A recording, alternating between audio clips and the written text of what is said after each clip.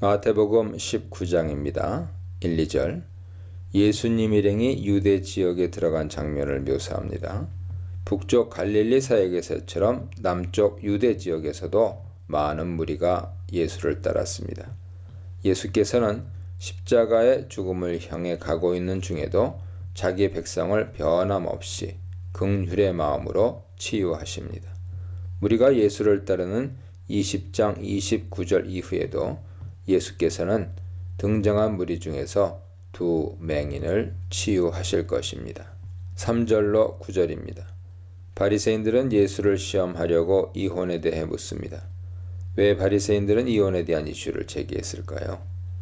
바리새인들은 이미 산상설교에서 이혼에 대한 입장을 밝히신 예수가 요한과 같은 운명에 처해지도록 질문을 던졌을 가능성이 있습니다. 헤롯 왕의 아들인 헤롯 안티파스는 갈릴리 지역의 통치자였는데 왕이 아닙니다. 아내와 이혼하고 형제 빌립의 아내인 헤로디아와 재혼했습니다. 요한이 형제의 아내를 취한 문제를 지적한 것을 계기로 잡히고 처형당했기 때문에 바리새인들의 질문은 예수께 시험이 될 수 있습니다. 예수는 4, 5절에서 창세기를 인용하면서 결혼에 대한 첫 명령을 소개하십니다. 4절, 개역개정에는 5절 끝에 나오는 너희는 읽지 못했느냐는 예수께서 지식이 많다고 자신하는 사람들, 즉 바리새인들이 성경에 기록된 하나님의 의도를 파악하지 못한 것을 지적하시는 표현입니다. 바리새인들은 신명기 24장 1절에 대해 물었으나 예수께서는 먼저 창세기 1장 1절과 1장 27절을 사용하여 창조주 하나님이 남자와 여자를 만드신 것을 말씀합니다. 본래 처음부터는 8절에 나오는 완악한 마음과 대조되는 표현으로 하나님의 목적이 반영된 시기를 의미합니다. 예수님 강조점은 남자가 아니라 남자와 여자에 있습니다. 다시 말해서 예수께서는 그리고 여자를 강조하고 의도함으로써 남자뿐 아니라 하나님의 형상인 여자의 존재를 부각시키십니다. 결혼은 세상의 시작부터 한 남자와 한 여자의 연합으로 출발한 것입니다. 일부 다처제나 동성간 결혼은 창조주의 뜻이 아닙니다. 예수의 창세기 인용은 창세기가 신명기보다 더 권위 있다는 사실을 강조하기 위함도 아닙니다. 모세를 통해 주신 신명기 24장 1절은 인간이 죄인인 상태이기에, 즉 인간의 마음이 완악하기에 주어진 법입니다. 예수께서는 율법을 폐하러 온 것이 아니기에 신명기의 가르침을 하나도 손대지 않고 인정하면서 하나님이 원래 결혼에 대해 의도하신 것을 창세기로 가르치십니다. 남자가 부모를 떠나 아내와 한 육체를 이룬다는 표현에는 부부의 연합이 부모와 자식 사이의 관계보다 더 우선적인 점을 암시합니다.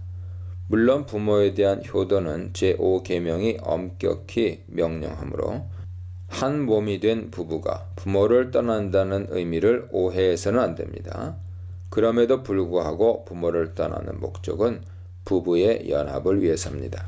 이 연합을 우선적으로 생각하지 않은 채 부모, 아내 입장에서는 시부모죠. 부모의 통제를 받게 되면 이것은 왜곡된 질서가 되고 결혼의 목적에서 벗어납니다. 그러므로 하늘나라 제자들은 부모를 공경하면서도 부부가 한 몸이 된다는 사실에 순종해야 합니다. 창세기 2장 24절에 나타난 하나님의 계획에 따라서 둘이 한 몸이 되는 것이 결혼입니다. 한 몸이 되었다는 표현은 성적인 결합이 핵심 요소인 것을 나타냅니다. 고린도전서 6장 16절 참조하세요. 둘을 한 몸으로 묶은 분이 하나님이시므로 성적인 하나됨을 도외시하면서 정신적이거나 은유적인 의미라고 해석하는 것은 이 명령에 대한 오해죠. 결혼은 거룩한 것이며 인간이 주도적으로 분리하는 것은 하나님의 계획이나 뜻이 아닙니다. 이런 점에서 분류는 연합을 깨는 행위가 될 수밖에 없습니다. 한 몸이 된 이상 분리하는 것은 몸을 죽이는 행위죠. 둘이 한 몸이 될 것이라는 말씀에 담긴 하나님의 뜻은 결혼의 하나됨이 영원히 지속된다는 것입니다. 그런데 현실적으로 이혼과 재혼은 일어납니다. 따라서 둘이 하나가 된 몸이 나뉘는 것이 불가능하다는 의미보다는 나뉘지 말아야 한다는 의미라고 할 수 있습니다. 예수 제자는 마음이 완악한 시대의 사람이 아니라 이미 시작된 하늘나라 백성이며 땅의 소금과 빛입니다. 그러므로 창세기 말씀을 결혼과 이혼을 이해하는 출발점으로 삼아야 하며 한 몸으로 묶어주신 주권에 복종하여 남편과 아내는 서로 사랑해야 합니다. 예수께서 창세기에 근거해서 결혼을 만드신 하나님의 의도를 가르치시자 바리새인들은 다시 신명기 본문으로 질문합니다. 예수의 해석에 반대한 바리새인들은 한 몸을 강조한 예수의 의도를 파악하고 이혼이 불가하다면 왜 모세가 이혼 증서를 써서 아내를 보내라고 명령했는지 묻습니다. 예수님 당시 유대인들은 신명기 24장 1절을 이혼할 수 있는 근거로 삼았고 이 본문의 기초에서 이혼 증서를 써주고 있었습니다. 이들은 모세를 문장 앞부분에 두므로 예수와 모세를 대조하여 모세가 하라고 명령한 것을 자신들이 행하고 있음을 강조합니다.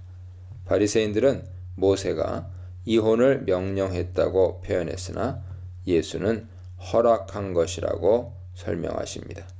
모세가 이혼을 허락한 것은 너희의 완악함 때문이지 하나님의 원래 의도가 아닙니다. 예수는 4절에 이어서 처음부터를 반복하면서 인간의 마음이 완악해지기 전에는 이혼이 허락되지 않았음을 강조하십니다. 이혼은 명령이 아니라 인간을 배려한 하나님의 허락입니다.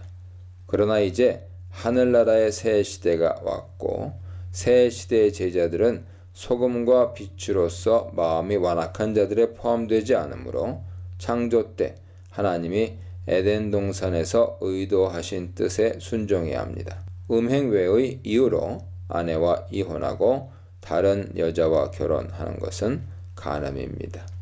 만일 아내가 음행을 하지 않았는데도 남편이 이혼하고 다른 여자와 재혼하는 것도 간음입니다.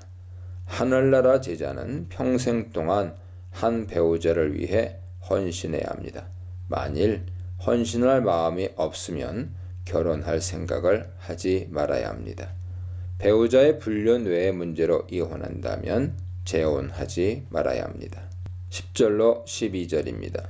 이혼에 대한 예수의 엄격한 잣대는 제자들의 오해로 이어집니다. 제자들은 이혼이 그 정도로 어렵다면, 즉 남편과 아내의 관계가 그와 같다면 결혼 자체를 하지 않는 것이 낫겠다고 말합니다. 예수께서는 결혼하지 않고 독신으로 사는 것은 주어진 사람들에게 해당한다고 말씀하십니다. 결혼은 규범이고 독신은 받을 만한 사람에게 주어지는 예외적인 은사죠.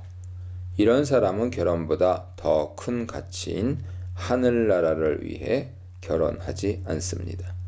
그런데 12절의 고자가 결혼하지 않는 독신을 가리키는지 배우자의 죽음 이후 재혼을 하지 않는 사람을 가리키는지 입장이 갈립니다. 전자는 하늘나라의 높은 가치를 위해 결혼을 하지 않는 경우로 세례 요한과 예수님처럼 하늘나라를 위해 결혼하지 않은 상태로 활동하는 경우도 포함합니다. 고린도전서 7장 32절 이하 참조하세요. 후자는 배우자의 사망 이후 재혼하지 않는 것은 모두에게 주어진 것이 아니라는 뜻으로 이해됩니다. 본문은 둘 다를 의미할 가능성이 있습니다. 또한 하늘나라를 위한 고자는 은유적으로 제자의 삶을 암시할 수 있습니다. 하늘나라를 위한 고자의 삶은 여러 가지 점에서 제약을 받고 어려운 길이므로 제자도와 유사하기 때문이죠. 결혼한 사람이나 결혼하지 않은 사람이나 모두에게 최고의 가치는 결혼이 아니라 하늘나라입니다. 하늘나라 가치를 위해 결혼이라는 중요한 것을 희생할 사람이 있을 것이지만 이 은사가 모든 제자들에게 주어진 것은 아닙니다. 당연히 개인이나 단체가 결혼이든 독신이든 강제하는 것은 옳지 않습니다. 나눌 수 없는 결혼, 나눌 수 있는 결혼, 축복으로 주신 독신에 대해 묵상해 보시기 바랍니다.